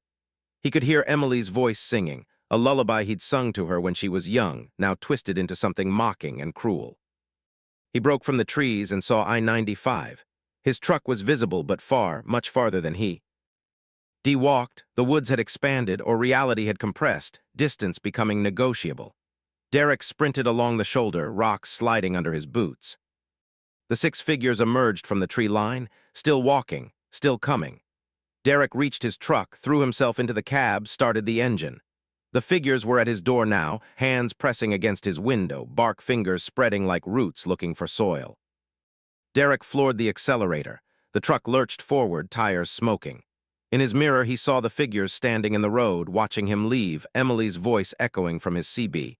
"You'll come back, Daddy. Guilt always comes back." Derek grabbed the CB and hurled it through his passenger window. Glass exploded. The cold night air rushed in. Emily's voice continued anyway, emanating from his radio, from his phone, from the truck's speakers. "You'll come back, you'll come back, you'll come back." He drove until dawn, until South Carolina became North Carolina, became Virginia. He pulled into a busy truck stop, surrounded by people and light and normalcy. He sat in his cab shaking for an hour before he could move. Derek researched mile marker 143, found articles about missing truckers, 7 over the past decade, all disappearing from that stretch of highway. Found stories about drivers hearing voices, about figures in the woods. Found one account from a driver who'd escaped, who'd written about a clearing and figures and something that wore human shape but wasn't human. Count ended. "I still hear her voice sometimes. My son, the one who died when I was on the road, calling me, asking me to stop. But I keep driving. I know if I stop, if I go into those woods, I'll become another victim. The highway takes our children, and then it uses them as bait, uses our guilt as a hook. Don't stop at mile marker 143. Don't listen to the voices. They're not your family. There's something wearing your family's voice, and they hunger for fathers who failed." Derek quit trucking, found local work, stayed off the highways, but Emily's voice never completely left him. It whispered in quiet moments, in the static of radios, in the white noise of rain. A constant reminder that some losses can't be forgiven, that guilt is a fertile ground for things to grow, that highways are hungry places that collect the dead and use them to harvest the living. And sometimes, late at night, Derek hears his CB radio, even though he destroyed it, crackling to life with Emily's voice. "Daddy, I'm still waiting at mile marker 143. When are you coming to get me?" He knows he'll never answer. Knows that some invitations lead only to clearings in dark woods where fathers stand forever, transformed into trees, rooted by their failures, becoming part of a forest that feeds on guilt and grows denser with each new victim. Derek escaped once. He knows better than to think he could escape twice. So he lives with Emily's voice as punishment and warning, a reminder that the highway giveth and the highway taketh away, and sometimes what it takes, it keeps forever, using it as bait for the next father who carries enough guilt to stop at the wrong mile marker, to walk into the wrong woods, to become the next figure standing in a clearing that grows larger with each harvest. Story 8, The Truck That Follows Itself. Angela Torres saw her own truck 3 times on May 8, 2023, driving south on I-25 through New Mexico, and each time it was ahead of her, showing her own future, showing what would happen if she didn't stop, if she didn't turn around, if she kept following the route that led to her death at mile marker 97. The first sighting was at 6 a.m. near Santa Fe. Angela rounded a curve and saw it in the distance, a Volvo semi-white cab, her company logo, her truck number visible on the door. Same model, same year, identical down to the antenna configuration. She accelerated to catch up, confused why another driver would have her assigned truck, but as she gained distance, the other truck faded, becoming translucent, then disappearing completely. Mirror effect, she'd thought. Heat shimmered despite the cool morning, optical illusion. The second sighting was at 8:30 near Albuquerque. The truck passed her going the opposite direction, northbound, while she drove south. Angela caught a clear view through the windshield. The driver was her. Same face, same hair, same expression, but wrong somehow. The driver, Angela, looked exhausted, terrified, desperate. Their eyes met for a split second, and driver Angela mouthed words, "Turn around." Angela's hands went numb on the wheel. She watched the truck in her mirror. It didn't fade this time. It took the next exit, solid and real. The third sighting came at 10 a.m. as she approached Socorro. The truck was parked on the shoulder ahead, flashers blinking. Angela slowed as she approached. The driver's door hung open. She could see herself sitting in the driver's seat, slumped over the wheel, motionless. Dead, she was looking at herself dead. Angela hit the brakes so hard her cargo, furniture components, crashed forward in the trailer. She pulled over 100 yards behind her truck corpse, heart hammering, unable to process what she was seeing. Her phone rang, unknown number. She answered with shaking hands. "Hello." "Angela Torres." A woman's voice, calm and clinical. "You're experiencing temporal displacement. What you're seeing is real. You will die at mile marker 97 in approximately 2 hours if you continue on your current route." "Who is this? How do you know my name?" "We monitor I-25 for temporal anomalies. There's a section between mile markers 95 and 100 where time loops back on itself. Past and future exist simultaneously. Drivers occasionally see themselves, either versions that have already passed through or versions that are yet to come. That's impossible. Look at your shoulder, the dead version of you. Does that look impossible? Angela looked. The truck remained visible, door open, her corpse slumped. She could see blood on the windshield from here, cracks in the glass, impact patterns suggesting a collision. But there was no other vehicle. Her truck had crashed into nothing. What happens at mile marker 97? Angela asked. We don't know. Every driver who experiences what you're experiencing either turns around or dies. Those who turn around report seeing themselves dead. Those who continue don't report anything. We find their trucks crashed with no clear cause. No other vehicles, no obstacles, just sudden catastrophic failure at mile marker 97. Why don't you close the highway? It's not always active. The anomaly appears and disappears. Sometimes months pass with nothing unusual. We can't predict it. We can only watch and warn when we detect temporal signatures. Angela stared at her future corpse. If I turn around, what happens to that, to the version of me that died? It disappears. The future becomes unrealized. The timeline shifts. That version of you never existed because you made a different choice. So I'm looking at what will be if I don't change. Correct, you have approximately 90 minutes before you reach mile marker 97. Turn around, take an alternate route, wait 6 hours for the anomaly to fade. Any of those options saves your life. The line went dead. Angela sat in her cab, watching her corpse, trying to reconcile reality with impossibility. Time didn't work like this. Cause preceded effect. Future followed past, but she was looking at evidence that challenged every physical law. She started her truck and crept forward, approaching the shoulder where the other truck sat. As she got closer, she could see more details. The corpse Angela wore the same clothes she was wearing now. Blood covered her face from a head wound. Her eyes were open, staring, glassy. Angela pulled alongside. 10 feet separated her from her own dead body. She could reach out her window, could touch the other truck. Instead, she honked her horn. The corpse didn't react. It was absolutely still, absolutely dead. Then it moved. The corpse Angela's head lifted, turned, looked directly at Angela with those glassy eyes, mouth opened. Words came out, distorted by death, but clear enough. Don't go to 97, it's waiting. Angela screamed and floored the accelerator. Her truck shot forward, leaving the corpse behind. In her mirrors, she saw the other truck fade, becoming transparent, then gone. An unrealized future, collapsing because she'd been warned. But she was still heading south, still on I-25, still moving toward mile marker 97. Angela tried to exit, took the next ramp, hoping to loop around, avoid the danger zone. But the ramp curved back onto I-25 south. She tried again at the next exit, same result. The highway wouldn't let her leave. Every exit became a loop, depositing her back on the same route, heading toward the same destination. Her GPS showed alternate routes. She followed them. They all resolved back to I-25. The highway had claimed her, was pulling her toward mile marker 97 like water circling a drain. Okay, Angela said to the empty cab. If I have to go through, I'll go through ready.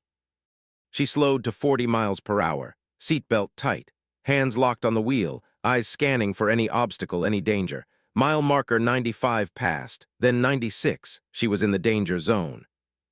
Nothing looked unusual. Standard New Mexico desert, hills and scrub, interstate cutting through like a scar. Clear weather, no traffic, no animals, nothing that could cause a crash. Mile marker 97 appeared ahead. Angela's entire body tensed. She was 10 seconds from the marker, 5 seconds, 3. The truck passed through the marker and nothing happened. Angela exhaled. Tension drained. The warning had been wrong, or the anomaly had faded, or she'd somehow avoided it. She accelerated back to highway speed, relief flooding through her. Then she saw it in her mirror, on. The Volvo white cab, her company logo, following her. She grabbed her CB. Truck behind me, identify yourself. Angela Torres, her own voice. You need to stop. You passed through 97. You're in the loop now. Angela's blood froze. She checked her odometer. It was rolling backward, not forward. She was gaining miles in reverse. The mile markers confirmed it. She passed 97 again, then 96, then 95. Moving south but counting backward, traveling toward a destination that was behind her. What's happening? Angela transmitted. You're in the loop, her own voice answered. The section between 95 and 100 isn't linear anymore. It folds back on itself. We're all trapped in here, every version of you that's passed through, every timeline that intersected at 97. We drive forever, passing ourselves, seeing our past and future simultaneously, unable to exit. Angela looked ahead. More trucks appeared. All Volvo semis, all white, all her. A convoy of Angela tours driving through a highway that had become a Möbius strip trapped in eternal transit. How many of me are there? Angela whispered. Hundreds, maybe thousands. The loop has been active for years. Every Angela who didn't turn around ended up here. We're all you. Different choices, different timelines, but all trapped in the same 5 miles of highway that exists outside normal time. Angela tried to exit again. The ramps led back to the loop. She tried stopping. Her truck wouldn't decelerate below 40. The highway controlled her now, kept her moving at the minimum speed required to maintain the loop. She could see them all now, hundreds of her trucks stretching into the distance ahead and behind. All the same, all driving, all trapped. Her CB filled with her own voice, hundreds of Angela tours transmitting simultaneously, creating a chorus of despair. I've been here for 3 years. I've been here for 7. I lost count. Time doesn't work here. We're ghosts on an infinite highway. We're alive but untethered from reality. Angela tried to call for help. No service. Tried her company radio, static. Tried her GPS. It showed her position as mile marker 97, unchanging despite her movement. She was locked at the exact center of the anomaly. One of the other trucks pulled alongside her. Angela looked across. Saw herself but older, gray-haired, exhausted. The other Angela lowered her window, shouted across. Eventually you stop fighting. Eventually you accept that this is your existence now.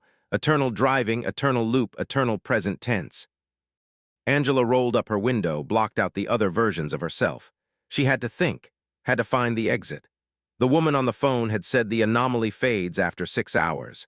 If she could just hold on, maintain sanity, wait for the loop to collapse. But time didn't pass here. Her clock showed 10:42 a.m. unchanging. Same minute, eternally repeated. She'd been driving for what felt like hours, but no time elapsed. 6 hours would never come because hours didn't exist in this pocket. Angela started to cry. Not from fear, from understanding. She was trapped forever in 5 miles of highway, driving past infinite versions of herself, all making the same mistake, all reaching mile marker 97 and entering the loop, adding another Angela to the convoy, expanding the nightmare by one more unit. There has to be a way out, she said to herself. There isn't, her own voice answered from the CB. We've all looked, we've tried everything. The loop is perfect, inescapable. We exist in a closed, time-like curve. We're our own past and future. We're perpetual. Days passed or seemed to pass, though the clock never moved. Angela drove. She saw herself thousands of times, different stages of acceptance, different levels of despair. Some versions were catatonic, hands locked on the wheel, staring forward. Others screamed constantly, ignored by the other Angelas who'd already passed through that stage. Some had decorated their cabs with tallies, counting loops even though the count was meaningless. Angela became all of them. Passed through terror into numbness, into acceptance, into something beyond acceptance.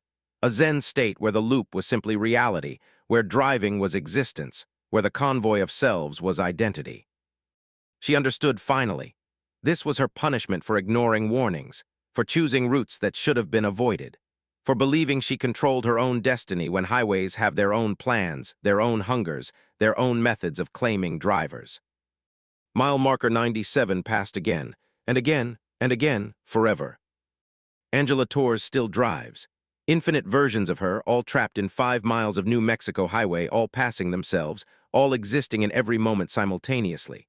And sometimes, drivers on I-25 report seeing something impossible, a convoy of identical trucks stretching to the horizon, all driving the same speed, all bearing the same logo.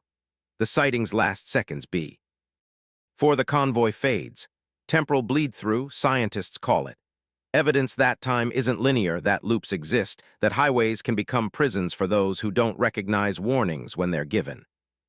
Turn around, mile marker 97 seems to say to Angela forever. But she's past the point of turning.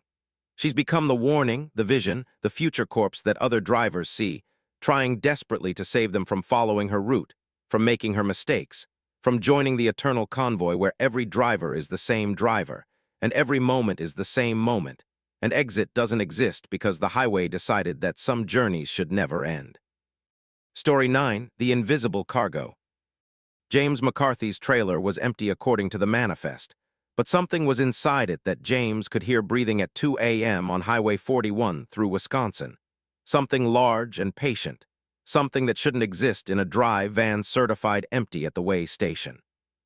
James had picked up the trailer in Milwaukee at a warehouse with no signage. The dispatcher had called it a deadhead run, hauling an empty trailer to Minneapolis for loading. Easy money, 400 miles of nothing, except now something was definitely in his trailer, and it was making sounds that reminded James of a sleeping bear or maybe a diesel engine idling at low RPM, a deep rhythmic rumble that he could feel through his seat. He pulled over at a rest area and walked to the back of his trailer. His seal was intact, the zip tie he'd placed himself was undamaged, the doors were locked. But when he pressed his ear against the cold metal, he heard it clearly. Breathing, in and out, slow and steady. And underneath, a wet sliding sound like something repositioning itself in confined space. James checked the manifest again. Empty trailer, no cargo, weight, 14,200 lbs. That was normal for an empty dry van, but his gauges showed 19,800 pounds. His trailer had gained 5,500 pounds of invisible cargo. He called his dispatcher. "Hey, I'm showing extra weight on my trailer. You sure it's empty?" "Completely empty, James. Cleaned and certified. Why?" "My gauges say I'm hauling 5 tons of something." Pause, then, "Your gauges must be faulty. The trailer is empty. I saw them seal it myself." "I'm hearing sounds from inside." Longer pause. "What kind of sounds?" "Breathing, something alive." The dispatcher's voice changed, became careful. "James, how long have you been driving today?" 12 hours. I'm not hallucinating. Something's in my trailer." "Do not open the trailer. I'm sending a supervisor to your location. Stay with your truck." The call ended. James stood in the rest area's fluorescent lighting, feeling cold despite the June warmth. His trailer sat there, anonymous and white, humming with whatever occupied it. The breathing had become louder, excited, like whatever was inside knew he'd noticed it. No supervisor came. James waited 2 hours, called dispatch again, no answer, called his emergency contact, straight to voicemail. His phone showed full signal, but nobody was responding. He was alone with his invisible cargo. At 4 a.m., the breathing changed. It became faster, agitated. The trailer started rocking gently like something inside was moving, pacing. James climbed into his cab and locked the doors. He could see other trucks in the rest area, sleeping drivers, normal people doing normal jobs. He wanted to wake them, ask for help, but what would he say? "Something invisible is in my trailer." They'd think he was on drugs. His CB crackled to life without him touching it. "You're hauling a skip." James grabbed the radio. "A skip? What's a skip?" "Something that exists between dimensions. Partially in our reality, partially elsewhere. You can't see it because most of its mass is displaced. But it's there. It's very there." "Who is this?" "Someone who hauls specialty cargo. Someone who knows what you've accidentally picked up. The warehouse you loaded from, it's a containment facility. They house skips temporarily, move them between locations. Your trailer was supposed to be empty, but this one must have gotten loose, climbed in while the doors were open. Now you're transporting it illegally." "How do I get it out?" "You don't. Skips can't be removed by force. They have to choose to leave. And this one is comfortable. Trailers are similar to their natural habitat, dark, enclosed, mobile. It might stay with you for weeks." "What does it eat?" "Fear, attention, acknowledgement. The more you focus on it, the more solid it becomes. Ignore it and it stays mostly displaced. Keep thinking about it and eventually it'll become fully present in our dimension. Then you'll have bigger problems." "What kind of problems?" "The kind where your trailer can't contain it anymore, where it tears through metal like tissue paper, where it emerges on a highway and becomes visible to everyone. Skips that fully materialize rarely dem. Materialize, they become permanent, and permanent skips are aggressive." James's mouth went dry. "How do I make it leave?" "Stop feeding it attention. Don't listen to it. Don't think about it. Drive like you're hauling an empty trailer. Eventually it'll get bored and phase out. Look for a more interesting host." The CB went silent. James sat in his cab, trying not to think about the skip, which was impossible because now all he could think about was the thing in his trailer. The breathing intensified. The trailer rocked harder. James could see it in his mirrors, the whole container swaying, his suspension compressing under increasing weight. His gauges showed 22,000 pounds now. The skip was materializing. Every thought James had about it was pulling it further into reality. He started driving. Maybe motion would help, would calm it. He pulled out of the rest area and merged onto Highway 41, heading north toward Minneapolis. The breathing was constant now, audible over his engine, a sound that filled the cab and his head. Don't think about it, James told himself. Think about anything else. But human minds don't work that way. Telling yourself not to think about something guarantees you'll think about it. The skip occupied his thoughts completely. He imagined its shape, massive, multi-limbed, pressing against his trailer walls from the inside. He imagined its face, if it had a face, watching him through the thin barrier separating cab from cargo. He imagined it emerging, tearing free, manifesting completely. His gauges showed 25,000 pounds. The trailer's walls were bulging now, metal stressed, rivets straining. Something was pressing from inside, harder and harder, finding the weak points. James grabbed his CB. It's materializing, how do I stop it? No response, just static. He was alone with his attention, his fear, his inability to stop thinking about the thing he absolutely needed to ignore. A truck stop appeared ahead. James pulled in, desperate for human contact, for distraction, for anything to break his obsessive focus. He parked and ran into the building, grabbed coffee, tried talking to other drivers. "You okay, man?" another trucker asked. "You look terrible." "Something's wrong with my trailer." "What kind of wrong?" James almost explained, almost told the truth. But he saw the trucker's expression, concerned but skeptical. If he talked about the skip, if he shared his knowledge, would that spread the attention? Would multiple people thinking about it accelerate its materialization? "Just mechanical issues," James said instead. "I'll figure it out." He went back to his truck. The trailer had deformed significantly. The walls bowed outward by a foot, the whole container swollen like a tumor. Other truckers were staring, pointing. James climbed into his cab and locked the doors. His phone rang. Unknown number. He answered. "Hello." "James McCarthy." A man's voice, official, cold. "You're creating a containment breach. We're tracking your skip's materialization rate. Current estimate is full manifestation in 40 minutes. You need to stop thinking about it." "I can't. You tell me something's in my trailer and expect me to ignore it. If it fully materializes, we'll have to terminate it. Standard procedure involves destroying the host vehicle with the skip inside. We use thermite charges. Very effective. Very final. You have 40 minutes to clear your mind or you'll be incinerated with your truck." The line went dead. James stared at his phone in horror. They were going to kill him to destroy the skip before it escaped. 39 minutes to clear his mind. To stop thinking about the thing that was all he could think about. Impossible. The skip had become his entire reality. The breathing was deafening now. The trailer rocked violently, tipping his truck side to side. James could hear metal tearing, seams splitting. The skip was coming through. 20 minutes left. James tried meditation techniques, tried focusing on his breathing, on sounds, on anything except the skip. But every technique just made him more aware of the thing's breathing, the sounds it made, its growing presence. 10 minutes. The trailer's roof was bulging upward, metal shrieking. Other truckers evacuated the parking lot, trucks starting and fleeing. Only James remained, trapped in his cab, waiting for thermite charges or skip emergence, whichever came first. 5 minutes. James saw vehicles approaching, black SUVs, military style, surrounding his position. Men in tactical gear emerged, carrying equipment. They were setting up a perimeter, preparing to incinerate him. James made a choice. If he was going to die, he'd die seeing the truth. He climbed out of his cab, walked to his trailer, and tore off his seal. Unlocked the doors, threw them open. The trailer was empty, completely, utterly empty, clean floor, no cargo, nothing. But the breathing continued, louder thaw. And ever coming from the empty space. The air inside the trailer rippled, distorted, like looking through warped glass. Something was there, massive and present, but displaced just enough to remain invisible. James stared into the empty, occupied space. "I see you," he said.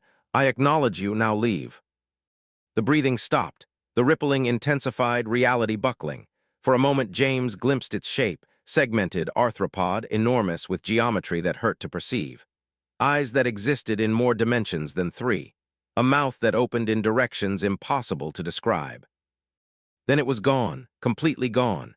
The trailer's deformation snapped back, metal returning to normal shape. The weight dropped to 14,000 pounds, the temperature normalized. The skip had phased out, satisfied by acknowledgement, departing as mysteriously as it had arrived. The tactical team stood down. One of them approached James. "Congratulations, you survived contact with a skip. Most people don't." "What was it really?" "We don't know. We just contain them, move them, prevent them from fully materializing. They exist in the spaces between realities, and occasionally they leak through. You were unlucky enough to provide transportation." James never hauled from that Milwaukee warehouse again, never took another deadhead run. But sometimes, late at night, he hears the breathing in his trailer even when it's certified empty. Hears the wet sliding sounds, feels the weight increasing on his gauges. The skip is gone, but its impression remains. James's trailer has become a thin place, a location where the barrier between dimensions is damaged. Skips are attracted to it now. They slip in during loading, hide in the cargo, breathe among the legitimate freight. James McCarthy still drives, but he's become something between a trucker and a transporter of impossible things. His trailer is a pathway for entities that shouldn't exist, and he's learned to live with invisible passengers, with breathing that comes from nowhere, with weight that can't be measured but definitely exists. He's a reluctant ferryman for things between worlds, and every load he hauls might contain more than the manifest declares, more than his eyes can see, more than reality can properly contain.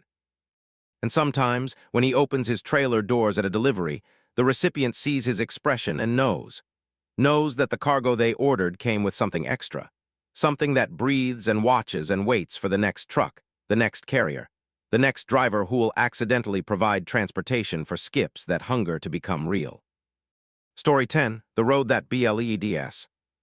Sandra Vasquez saw the blood seeping through the asphalt on State Route 375 in Nevada, the so-called extraterrestrial highway, at 3:21 a.m. on July 4, 2022, and by the time she understood what the blood meant, her truck was sinking into the highway, the road itself consuming her, digesting her vehicle like a living organism that had learned to mimic infrastructure.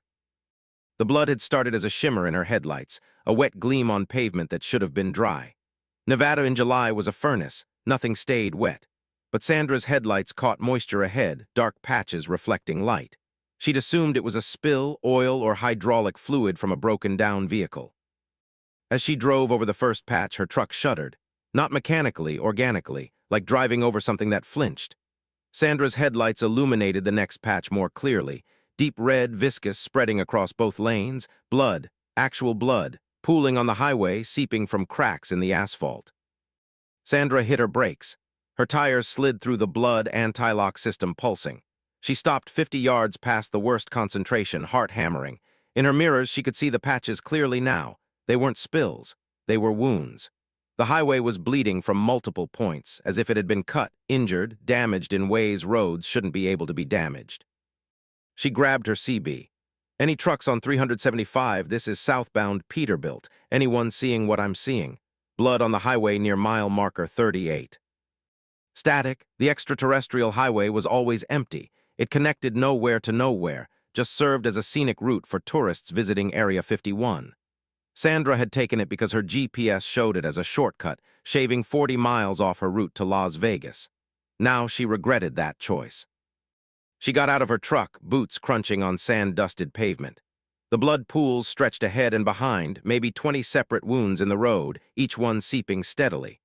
The smell hit her, copper and rot, the stench of old wounds infected and festering. Sandra approached the nearest pool carefully. It was warm. She could feel heat radiating from it like the blood was fresh, still carrying body temperature. She crouched down, not touching but examining. The blood was seeping from a crack in the asphalt, the crack opening and closing slightly, rhythmically, like breathing, like a wound that was alive. She stood up fast, backing away. The highway was breathing. The entire road surface rose and fell by millimeters, a massive, slow respiration. Sandra's perception shifted. The highway wasn't a thing, it was an organism. The asphalt was skin. The yellow lines were veins, the cracks were wounds, and something had injured it badly. Her truck's engine died, just shut off completely without warning. Sandra ran to the cab, tried to restart it. Nothing. Electrical system dead. Her phone was dead too, screen black despite full battery minutes ago. Everything electronic had stopped functioning. The blood pools expanded. The wounds were getting worse, the cracks widening, more fluid seeping out. The highway's breathing became labored, ragged. Sandra could hear it now, a wet rasping sound like a dying animal's final gasps. She started walking, south toward Vegas, away from whatever was happening, but after 100 yards she stopped. The highway ahead was different. The asphalt was moving, undulating, surface rising and falling in waves, and in the center of the road something was emerging. Not breaking through, emerging from within as if the highway itself was birthing it. A shape pressed upward, deforming the pavement, creating a bulge that grew taller. Sandra watched, paralyzed by horrified fascination as the thing breached. It was made of asphalt and tar and embedded gravel, but it moved like muscle. Roughly humanoid, 8 feet tall body composed of road surface given form. It had no face, just a blank expanse where a face should be. But it turned toward Sandra, and she knew it was looking at her. The highway thing spoke, voice like rocks grinding. "You're driving on a grave." Sandra couldn't move, couldn't speak. The thing took a step toward her, foot hitting the road with a wet slap. Where it stepped, more blood seeped out, as if its weight was squeezing fluid from the injured highway. Route 375 was built over a sacred site, the thing continued. They paved over the burial ground. 37 bodies, indigenous people, interred 1,000 years ago. The road compressed them, crushed them, turned them into foundation. We've been trapped beneath asphalt for 50 years, screaming into pavement that muffled every sound. Sandra found her voice. "I didn't know, I'm just passing through." Everyone's just passing through. That's what roads are for, but this road is ending. We're breaking through. We're taking back the surface. Every vehicle that drives here adds weight, adds pressure, adds to our suffering, no more. More shapes were emerging. Dozens of them rising from the highway at various points, all made of asphalt and tar, all humanoid but wrong, all carrying the impression of bodies compressed and transformed. They surrounded Sandra's truck, placed their tar-black hands on its surface. "Your vehicle will be the first tribute," the thing said.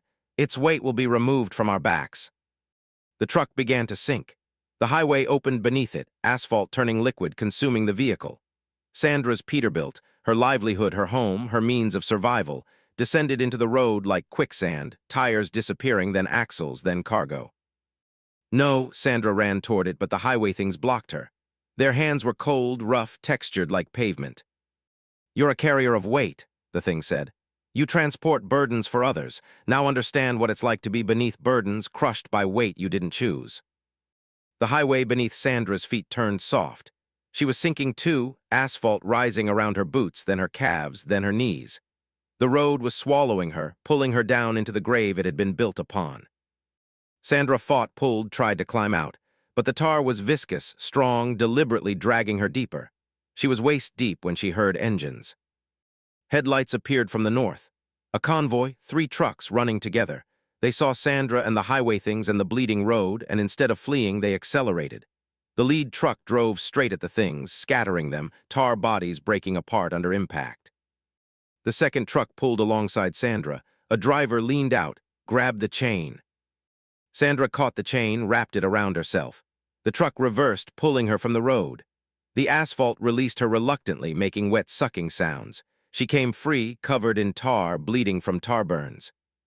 The third truck positioned itself over her sinking Peterbilt, using its own weight to somehow halt the descent. The highway screamed, an actual scream, sound erupting from every crack and wound. The blood pools became geysers, spraying upward. "We have to leave now," the driver who'd saved her shouted. "Get in." Sandra climbed into the rescue truck. The convoy fled south, leaving the highway things and the bleeding road behind. As they drove, Sandra looked back. The things were retreating into the pavement, sinking back down, the highway resealing over them. But the blood remained, dark stains on Route 375 that would never completely fade. "Who are you?" Sandra asked her rescuers. "We're the Watch," the driver said. "We monitor Route 375, keep people away when it's active. The road bleeds sometimes when the dead underneath get strong enough to manifest. They're angry, they're suffering, and they're trying to unmake the road that buried them." "How often does this happen?" "Once, maybe twice a year. Usually we catch people before they enter the active zone. You got through our blockade somehow, drove onto the highway during its bleeding phase. Sandra looked down at herself, still covered in tar. My truck is gone, consumed. The road took it as payment. Be grateful it didn't take you too. Most people who sink into Route 375 don't come back up. They become part of the foundation, part of the grave, one more body crushed beneath travelers who never know what they're driving over. The convoy reached Highway 93, solid normal asphalt connecting to civilization.